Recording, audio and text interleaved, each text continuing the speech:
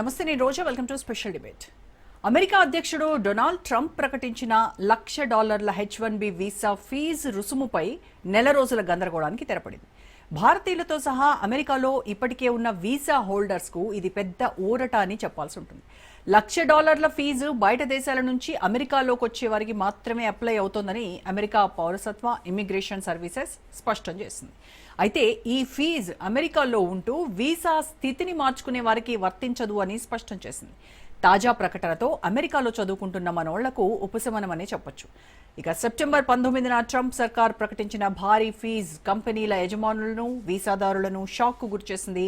H-1B వీసాపై కొత్తగా దరఖాస్తు చేసుకునే ప్రతి ఉద్యోగి $1,00,000 అదనపు ఫీజు చెల్లించాలన్న నిర్ణయం అసలుకే ఇబ్బందిగా ఉన్న ఐటీ పరిశ్రమను కంగారు పెట్టింది. అమెరికాలోని టెక్, ఇంజనీరింగ్ రంగాల్లో కలవరం రేపింది. అయితే తాజాగా అమెరికా అధికారులు రిలీజ్ చేసిన మార్గదర్శకాలు మొత్తం వ్యవహారంపై క్లారిటీ ఇస్తున్నాయి. అమెరికా విడిచి వెళ్లకుండానే వీసా స్థితిని మార్చుకునేవారు, ఉదాహరణకు F1 విద్యార్థి నుంచి H-1B స్థితికి మారేవారు తాజాగా ట్రంప్ ప్రభుత్వం నిర్దేశించిన $1,00,000 ఫీజు కట్టాల్సిన పనిలేదు.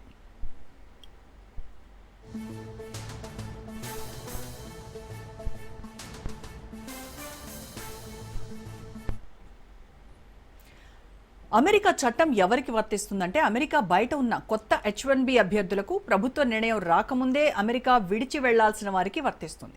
అయితే ఇప్పటికే అమెరికాలో F1 లేదా L1 వీసాపై ఉన్నవారు దీనికి వర్తించరు. అమెరికాలో ఉండి H-1B స్థితికి మారాలనుకున్న గ్రాడ్యుయేట్స్కు ఇది అడ్వాంటేజ్ అని చెప్పాలి. America citizenship and immigration services USCIS ప్రకారం సెప్టెంబర్ 21, 2025 అర్ధరాత్రి 12 గంటల తర్వాత అమెరికా బయట దేశాల్లో ఉన్నవారు మాత్రమే ఈ ఫీజు కట్టాల్సి ఉంటుంది. ఇది భారతీయ విద్యార్థులకు లైఫ్ లైన్ అని చెప్పొచ్చు. ఈ మార్గదర్శకం ప్రత్యేకంగా అమెరికాలో ఉన్న భారతీయ విద్యార్థులు, ఐటీ ప్రొఫెషనల్స్కు ఊరట. ఎందుకంటే వారు ఎక్కువగా F1 వీసాపై చదువులు పూర్తి చేసుకుని H-1B వర్క్ వీసాకు దరఖాస్తు చేసుకుంటారు. ఇమ్మిగ్రేషన్ డిపార్ట్మెంట్ స్పష్టతతో $1,00,000 అదనపు భారాన్ని మన వాళ్ళు తప్పించుకోవచ్చు. L1 వీసాపై ఉన్న ఉద్యోగులు కూడా ఇది ఉపశమనంగానే భావించాలి. L1 వీసా అనేది బహుళజాతి కంపెనీలు తమ విదేశీ కార్యాలయాల నుంచి అమెరికా కార్యాలయాలకు సిబ్బందిని బదిలీ చేయడానికి ఉపయోగించే వలసేతర వీసా. తాజాగా అమెరికా ఇమ్మిగ్రేషన్ నిర్ణయంతో టెక్ రంగం ఊపిరి పీల్చుకుంది. ట్రంప్ నిర్ణయంపై టెక్ రంగం తీవ్రంగా ఆగ్రహం వ్యక్తం చేసింది.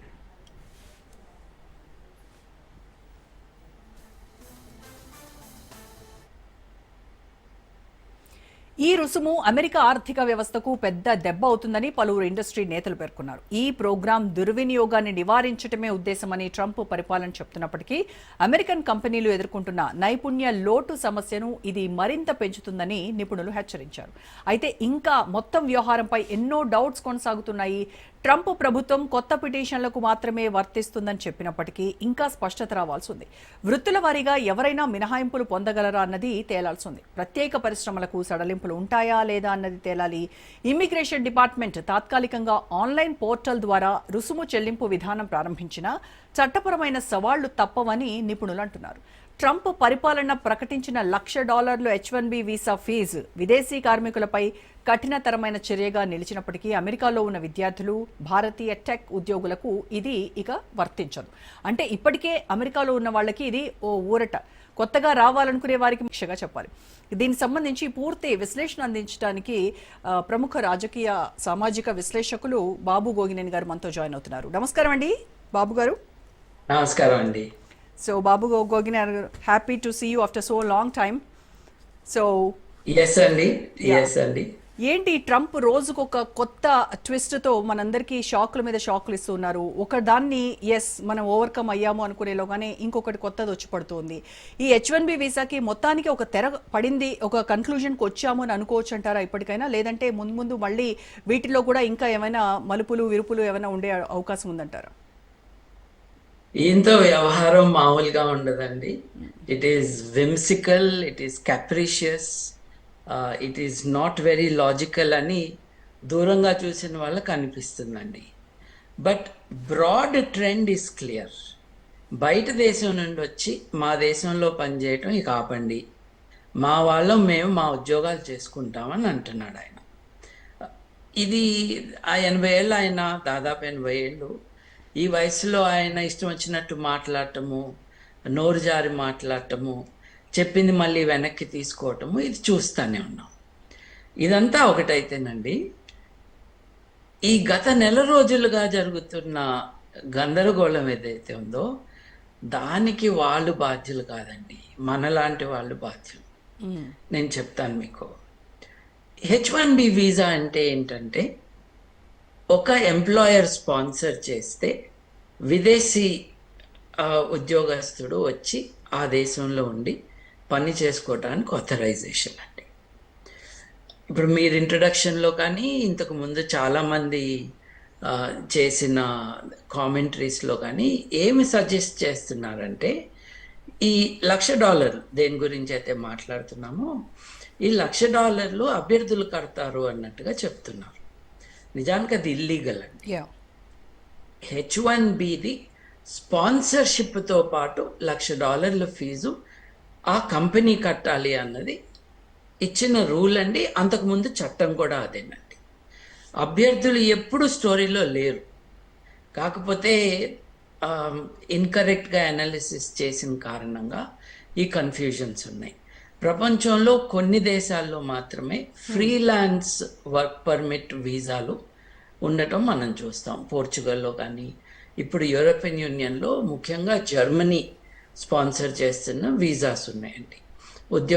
ఉద్యోగం లేకపోయినా కూడా అక్కడికి వెళ్ళి నేను I can look after my self అని బ్యాంకులో డబ్బులు చూపిస్తే 6 నెలల నుంచి సంవత్సరం పాటు అక్కడుండి ఉద్యోగం ఎత్తుక్కునే వెసులుబాట్లు యూరోపియన్ యూనియన్ దేశాల్లో కొన్నిట్లో ఉన్నదండి. అమెరికాలో అది లేదు. మనకి అమెరికాలో స్పాన్సర్షిప్ చేస్తున్న కంపెనీ ఫీజు మొన్నటి వరకు 1,000-1,500.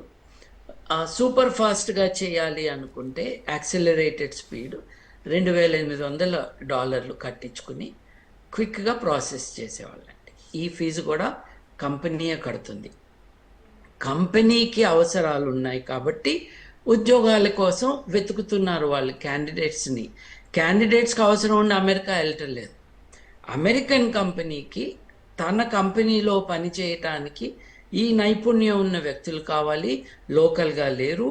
లోకల్గా ఉన్న ఉద్యోగాలకి ఇస్తున్న శాలరీ కంటే తక్కువ ఇవ్వట్లేదు అని లేబర్ కండిషన్స్ని మేము ప్రొటెక్ట్ చేస్తున్నామని చెప్పి ఆ లేబర్ డిపార్ట్మెంట్కి మీరు కన్విన్సింగ్గా అప్లికేషన్ పెట్టుకుంటే, అక్కడ ఆ దేశంలో పెటిషన్ అంటారు, మీరు పెటిషన్ పెట్టుకుంటే అప్పుడు ఈ ఫీజు కట్టినప్పుడు ప్రాసెస్ చేసి క్యాండిడేటు దేశంలో ఉంటే దేశం బయట ఉంటే డిఫరెంట్ ప్రొసీజర్స్ ఉన్నాయండి.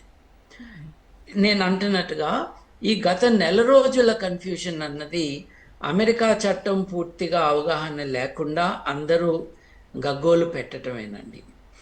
దేశం బయట ఉన్న వాళ్ళు గబుక్కుని వచ్చేసేయండి అని పెద్ద కంపెనీలు వాళ్ళే చెప్పారు. సో ఈ కన్ఫ్యూజన్లో ఎంప్లాయర్స్ కూడా ఉన్నారు. మీరు చూసి ఉంటారు కదా, గూగుల్ లేకపోతే మైక్రోసాఫ్ట్, మీరు దేశం బయట ఉంటే గబగబా వచ్చేసేయండి అన్నారు. అదేదో ఒక ఎమర్జెన్సీ లాగా యుద్ధంలో పారిపోవటం కానీ అట్లా జరిగినట్టుగా అందరూ పొలోమని వెనక్కి వెళ్ళారు. But this is panic. అంటే ఇది కేవలం అంటే ఆ చట్టం గురించి వాళ్ళు చేసిన అనౌన్స్మెంట్లో మనం అర్థం చేసుకోవడం తప్పుగా, ఒక క్లారిటీ లేకుండా ఉండడం మూలాన వచ్చినటువంటి కన్ఫ్యూషన్ అంటారు ఇదంతా. వాళ్ళు డే 1 నుంచి క్లారిటీతోనే ఉన్నారు. ఇప్పుడు USCIS కూడా దాన్ని ఏమి పెద్ద అమెండ్మెంట్ చేసింది ఏం లేదు. సేమ్ డే 1 ఏదైతే ఉన్నారో దానికే స్టిక్ ఆన్ అయి ఉన్నారు. మోస్ట్లీ కంగారు. క్లారిటీ లేకపోవడం అన్నది వాస్తవం. అది 2 రోజుల్లోనే క్లారిటీ ఇచ్చారు. ఇప్పుడు నెల రోజులు అయిందండి. మనం October 20th, 21st చర్చలో అప్పటికి వచ్చిన వార్తలు మనం చర్చిస్తున్నాము. September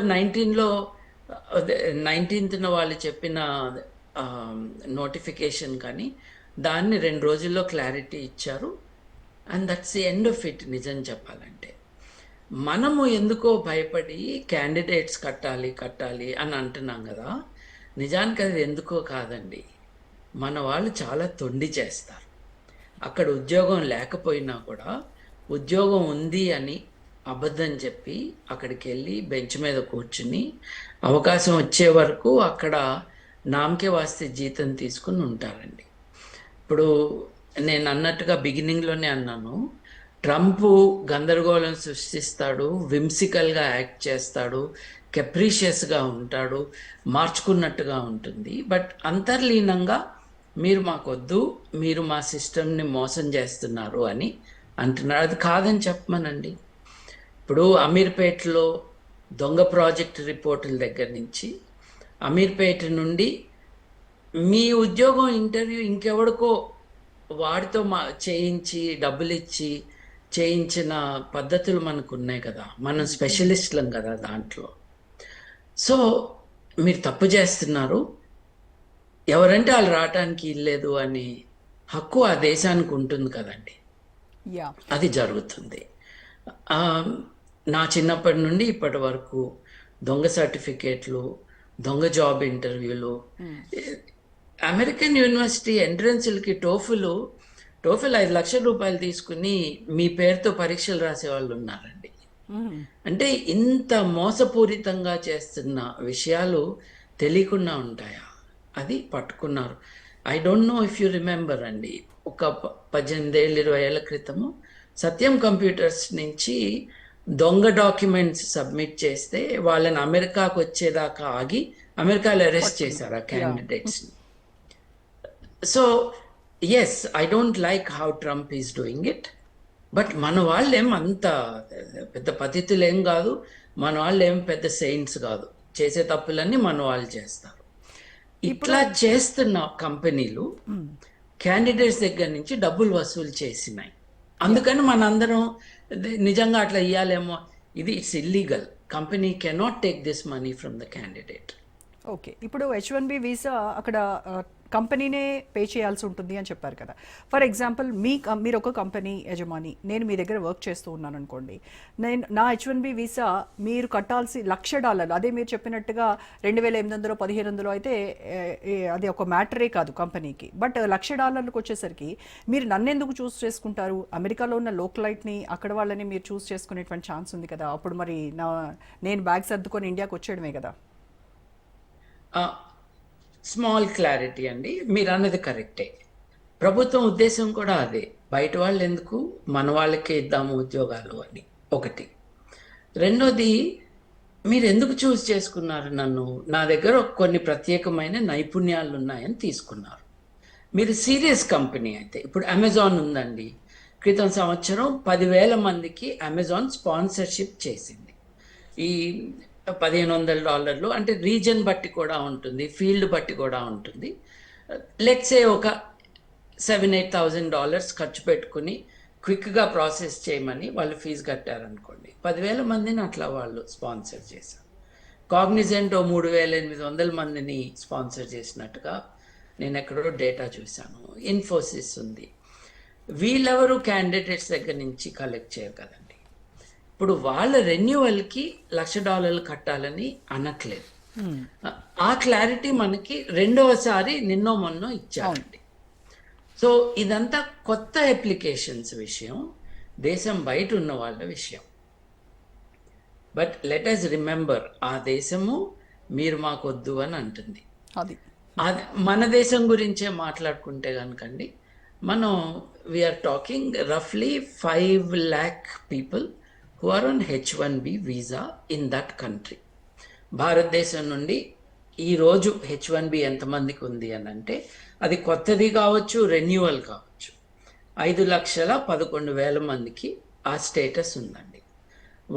వాళ్ళ లైఫ్ పార్ట్నర్స్, భర్తలు కానీ భార్యలు కానీ, అంటే సింగులర్ అండి, భర్త కానీ భార్య కానీ, వాళ్ళకి ఉద్యోగాలు చేసుకునే అవకాశం మళ్ళీ అడిషనల్గా వాళ్ళు అప్లై చేసుకుని తీసుకోవచ్చు. మనం మాట్లాడుతున్నది 5 లక్షల small change, more than 5 lakhs వాళ్ళ గురించి మనం మాట్లాడుతున్నాం. కొత్త వాళ్ళు అంటారా, స్టూడెంట్గా వచ్చిన వాళ్ళు అక్కడే ఉండిపోయి ఉద్యోగం చేసే అవకాశం లేకపోతే వాళ్ళు కెనడా వెళ్ళి చదువుకుంటారండి. ఇంగ్లాండ్లో ఇట్లాంటి తిక్క రూల్ ఒకటి పెట్టారు. అప్పుడు ఇంగ్లాండ్లో బోరిస్ జాన్సన్ ఉన్న టైంలో, ఆయన రాకముందు ఎవరెవరైతే 30-40 లక్షలు సంవత్సరానికి ఖర్చు పెట్టి వాళ్ళ దేశంలో చోటా మోటా యూనివర్సిటీస్కే, మళ్ళీ ఆక్స్ఫర్డ్ కేంబ్రిడ్జ్ కాదు, అక్కడ ఫీజులు కట్టించినాక మీకు వర్కింగ్ రైట్స్ లేవు అని చెప్తే వెళ్ళటం చాలామంది తగ్గించేసి జర్మనీకి, డెన్మార్క్కి, స్వీడన్కి, ఫ్రాన్స్కి, నేను ఇప్పుడు చెప్పిన దేశాల్లో ఫీజు ఆల్మోస్ట్ నథింగ్ అండి. ఇప్పుడు అమెరికాలో there is an extraordinary collection of the top universities of the world. అక్కడికి వెళ్ళిన వాళ్ళు స్కాలర్షిప్స్ కానీ టీచింగ్ అసిస్టెంట్షిప్స్ కానీ పొందటం అన్నది మనం చూస్తాం. సో వాళ్ళు చాలా తక్కువ డబ్బులు ఖర్చు పెట్టుకుని, అంటే చాలా హై మెరిట్ ఉన్న స్టూడెంట్స్ అయితే దే గెట్ దే డిగ్రీ అండి. అట్లాంటి వాళ్ళు అమెరికాకు కావాలి. ఎందుకంటే అమెరికాలో ఈ నైపుణ్యాలు ఉన్న వాళ్ళు లేరని ఎందుకు అంటున్నారు? అక్కడ స్కూలింగ్ అయిపోయినాక చాలామంది యూనివర్సిటీ ఎడ్యుకేషన్కి వెళ్ళట్లేదు. నేనున్న ఆస్ట్రేలియాలో కూడా సంగతి అదేనండి. ఈ దేశంలో అయితే ఆస్ట్రేలియాలో మాకు వడ్రంగులు, plumbers, electricians, brick layers, construction వాళ్ళు కావాలి, మీకు తొందరగా ప్రాసెస్ చేస్తాం రమ్మంటున్నారు. ఇక్కడ హౌసింగ్ క్రైసిస్ ఉంది. హౌసింగ్ క్రైసిస్ ని సాల్వ్ చేయాలంటే రావాలి, జనాలు రావాలి, పనిచేసే వాళ్ళు రావాలి. ఎందుకు అంటే లోకల్ వాళ్ళు నేర్చుకోవట్లేదు ఈ పనులు. ఎవ్రీ ఇయర్ మనకు కావాల్సిన, అంటే మనకి ఎటువంటి వనరు అవసరం, మానవ వనరులు అని డిటర్మిన్ చేసి వీళ్ళందరికీ ప్రయారిటీ ఇస్తామని చెప్తారండి. ఒక్క భాష, ఒక ఫ్రెంచో, జర్మనో, స్వీడిషో నేర్చుకుంటే వేరే దేశాలకి వెళ్ళొచ్చండి. ఈ రోజు బెదిరింపులు, నిద్ర లెగవంగానే ఉంటావా పోతావా అని ఒకడంటాడు, నువ్వు బతుకుతావా సస్తావా అని ఇంకోడంటాడు. ఈ మేక్ అమెరికా గ్రేట్ అగైన్ గ్రూపుల్లో చాలా మంది జాతి వివక్ష చూపించే వాళ్ళే ఉన్నారు. స్టిల్ అమెరికా వైపే చూస్తారు. ఎందుకండి అంటే అమెరికా మీరు అన్నట్టుగా రోజు పొద్దున్నే ఎలాంటి న్యూస్ వస్తుందో ఏంటో, మళ్ళీ నెక్స్ట్ మన ఎత్తిన ఏ బాంబు పడుతుందో అనుకుంటూ బతకడం, అవి చూస్తూ కూడా మళ్ళీ అమెరికా వైపే ఎక్కువగా యూత్ అట్రాక్ట్ అవుతున్నారు. గత 5 ఏళ్లకి ముందు దాకా it was a very easy thing to go అండి. ట్రంప్ కూడా ట్రంప్ నంబర్ 1.0 మొదటిసారి ఎలెక్ట్ అయినప్పుడు ఇంత వ్యతిరేకత చూపించలేదు ఈ మైగ్రేషన్కి. సో ఆ దేశం మనల్ని ఆహ్వానిస్తుంది. అక్కడికి వెళ్ళేసి H1Bలోకి వెళ్ళి కొన్నేళ్ల తర్వాత గ్రీన్ కార్డ్ అప్లికేషన్ పెట్టుకుంటే అది 100 ఏళ్లకైనా వస్తుందేమో తెలియదు, కానీ మనకి అప్పటి వరకు స్టేటస్ ఉంటుంది, ఉద్యోగం చేసుకుంటాము.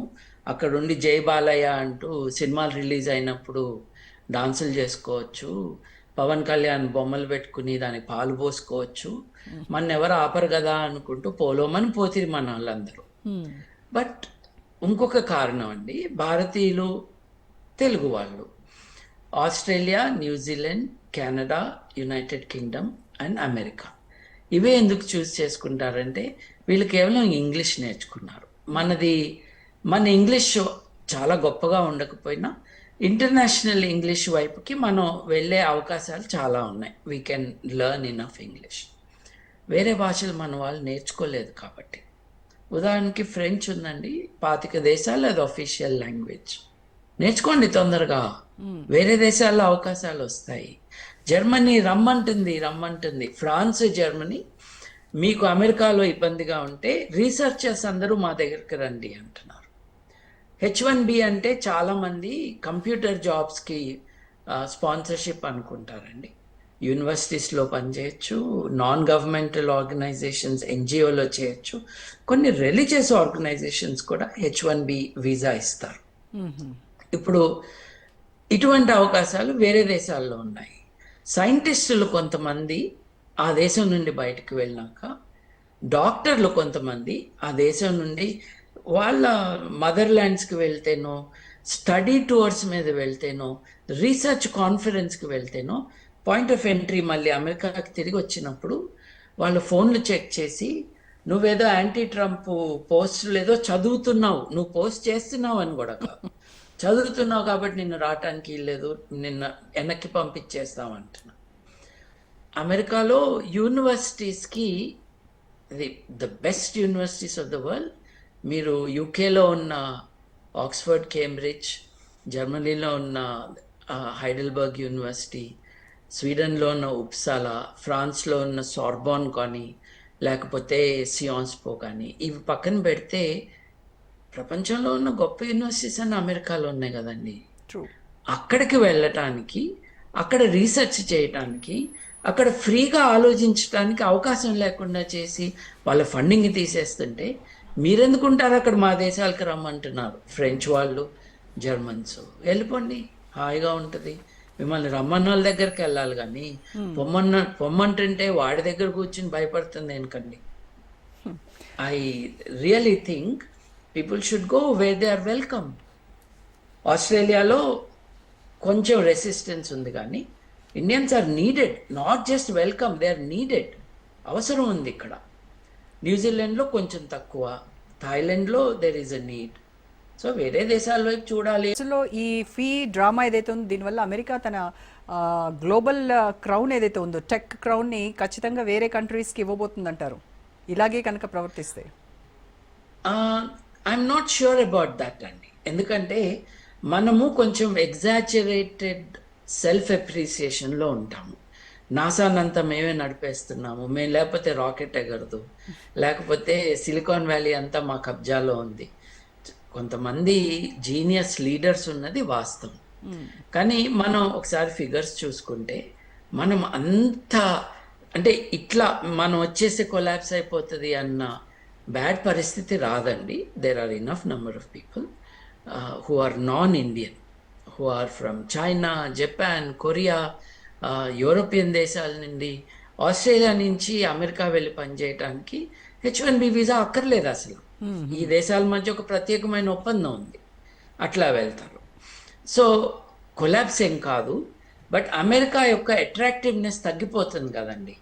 ఈ దేశంలో, మా దేశంలో నువ్వు ఒక అన్వాంటెడ్ ఫెలో అన్నట్టుగా మాట్లాడితే it's not a good thing. రెండోది, ఇది మనం అనుకోవటమే కాదు, భారతదేశం నుండి మనం అనుకోవటం ఈజ్ న్యాచురల్.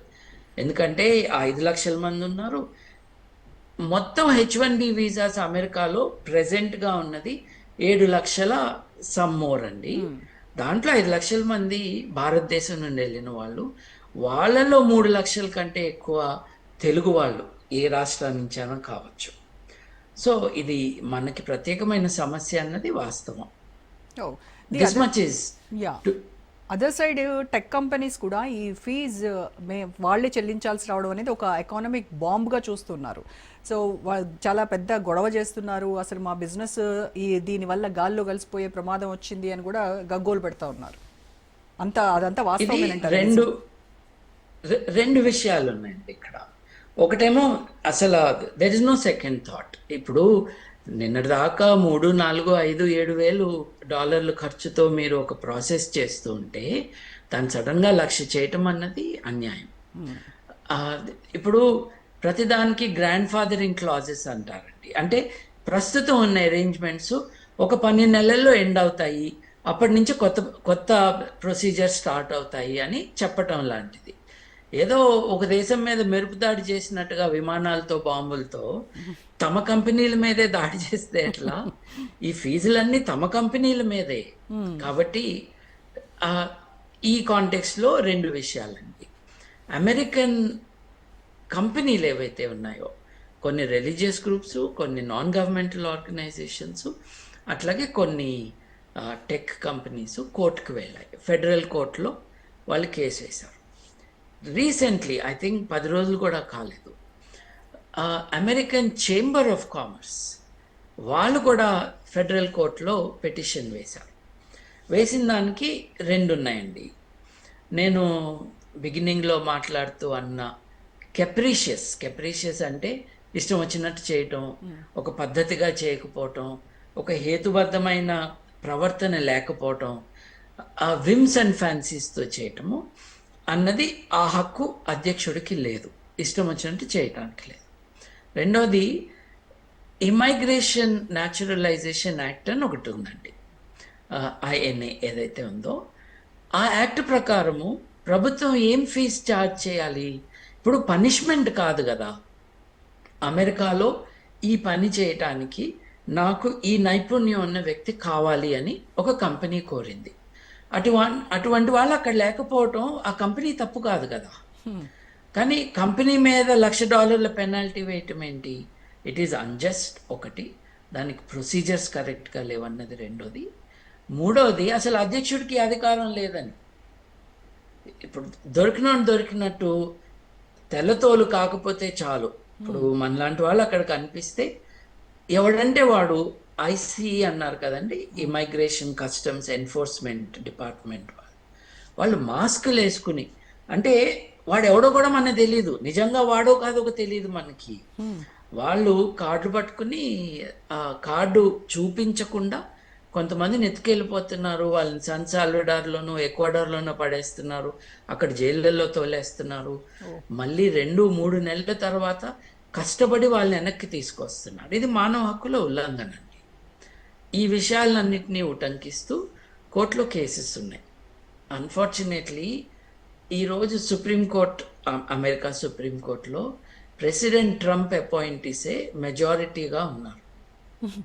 సో అక్కడ న్యాయం జరుగుతుందో లేదో చూడాలండి. కానీ ఎగ్రీజియస్ రాంగ్ అంటే ఎంత తప్పు అంటే, మీరు ఏ పార్టీలో ఉన్నా ఏ సైడ్ ఉన్నా కూడా తప్పని చెప్పాలి. అది చేస్తారో లేదో అన్నది చూడాలండి. ఒక ఉన్మాదంతో నడుస్తుంది అక్కడ ఫారిన్ పాలసీ, మైగ్రేషన్ ఇది. కానీ ఎట్ సమ్ పాయింట్ దో ఐసే మనం వచ్చేస్తే అదేం కొలాప్స్ కాదన్నది వాస్తవం. కానీ మన అవసరం కూడా ఉంది కదా, మనం ఎగ్జాజరేట్ చేసుకోకూడదు మన రోల్. 5 లక్షల మంది అక్కడ H1Bలో ఉన్నారంటే అందరూ హైటెక్లో లేరు, బట్ అంతమంది ఉన్నారంటే లోకల్గా లేరనే కదా. లోకల్గా లేరన్నది వాస్తవం. సడన్గా ఇంతమంది వచ్చేస్తే రీప్లేస్ చేయడానికి అమెరికన్స్ కొంతమంది ఉండొచ్చు, కొంచెం ఆ కంపెనీస్కి పనిష్మెంట్ కూడా. ట్రంప్ 2.0 అవుతారు అంటే పూర్తిగా మారిపోయిన చంద్రముఖిని చూస్తున్నట్టుగా ఉంది ఇప్పుడు ఆయన తీరు. అంటే కేవలం అక్కడ అమెరికన్ ఓటర్స్ని తన వైపు తిప్పుకునేటువంటి ప్రయత్నంలో ఈ అమెరికా గ్రేట్ అగైన్ అని, అమెరికా వాళ్ళకి, అమెరికన్స్కే అమెరికా ఉద్యోగాలని, ఇలాంటిది ఏమైనా పట్టుకు దాన్నే హైలైట్ చేస్తున్నాడు అనుకోవచ్చు అంటారు. అంటే మన ఫస్ట్ థాట్ అదే ఉంటుందండి. ఎందుకంటే ఎప్పటి నుంచో ఇట్లా మాట్లాడుతున్నాడు, ఈయనకి సపోర్ట్ చేసే వాళ్ళు ఇదే మాట్లాడుతున్నారు, ఇంకా కటువుగా మాట్లాడుతున్నారు. బట్ ఇప్పుడు మనం కొంచెం విశ్లేషించుకోవాలండి. మొన్న ఎలక్షన్ జరిగింది, నవంబర్ లాస్ట్ ఇయర్ జరిగింది, 11 నెలల 2 వారాలకు ముందు ఎలక్షన్ జరిగింది. 17 కోట్ల మంది ఓట్లు వేశారండి. 17 కోట్ల మంది ఓట్లలో 7.7 కోట్లు ట్రంప్కి వేశారు, 7.5 కోట్లు కమలా హ్యారిస్కి వేశారు. అంటే 20 లక్షల ఓట్లు మాత్రమే ట్రంప్కి ఎక్కువ వచ్చినాయి. అంటే 20 లక్షలు తక్కువ అని కాదు, 35 కోట్ల మంది జనాభా ఉన్న దేశంలో 20 లక్షల ఓట్ల తేడాతోనే ట్రంప్ గెలిచాడు. 17 కోట్ల చిల్లర ఓట్లలో ట్రంప్కి 7.7 కోట్ల ఓట్లు వచ్చినాయంటే ట్రంప్కి వేయని వాళ్ళే ఎక్కువ మంది ఉన్నారు కదా. ఇవాళ ఈ కాన్స్టిట్యుయెన్సీ ఏదైతే ఉందో తనకి ఓట్లు వేసిన వాళ్ళని పటిష్టంగా ఉంచుకోవడానికి ఈయన ట్రై చేస్తున్నాడు. కరెక్ట్. కానీ ఈ మిగతా 10 కోట్ల మంది ఉన్నారు చూడండి, ఆయనకు ఓటు వేయని వాళ్ళు ఇప్పుడు ఉద్యుక్తులు అవుతున్నారు రోడ్ల మీదకి రావటానికి. నో కింగ్స్, మాకు రాచరికం వద్దు, రాజులు వద్దు, రాజుల నుంచి విడిపించుకుని అమెరికాని మేము స్థాపించుకున్నాం 1776లో అని గొడవలు చేస్తూ ఉంటే 70 లక్షల మంది రోడ్డు మీదకి వచ్చారండి. జస్ట్ 2 డే, మొన్న సాటర్డే రోజు 2600 మీటింగ్స్ జరిగినాయి అమెరికాలో, ప్రొటెస్ట్ మీటింగ్స్. సో ఇప్పటికైనా ఈ వీసాస్తో ఆగుతుందా, లేకపోతే మళ్ళీ ఇంకా ఈ వీసాస్ సంబంధించి మళ్ళీ బాంబులు ఏమైనా పేలుస్తాడో అది కూడా మనం ఏమీ అతన్ని అజ్యూమ్ చేయలేకపోతున్నాం. Right, thank you so much Babu Gogineni garu for participating in this.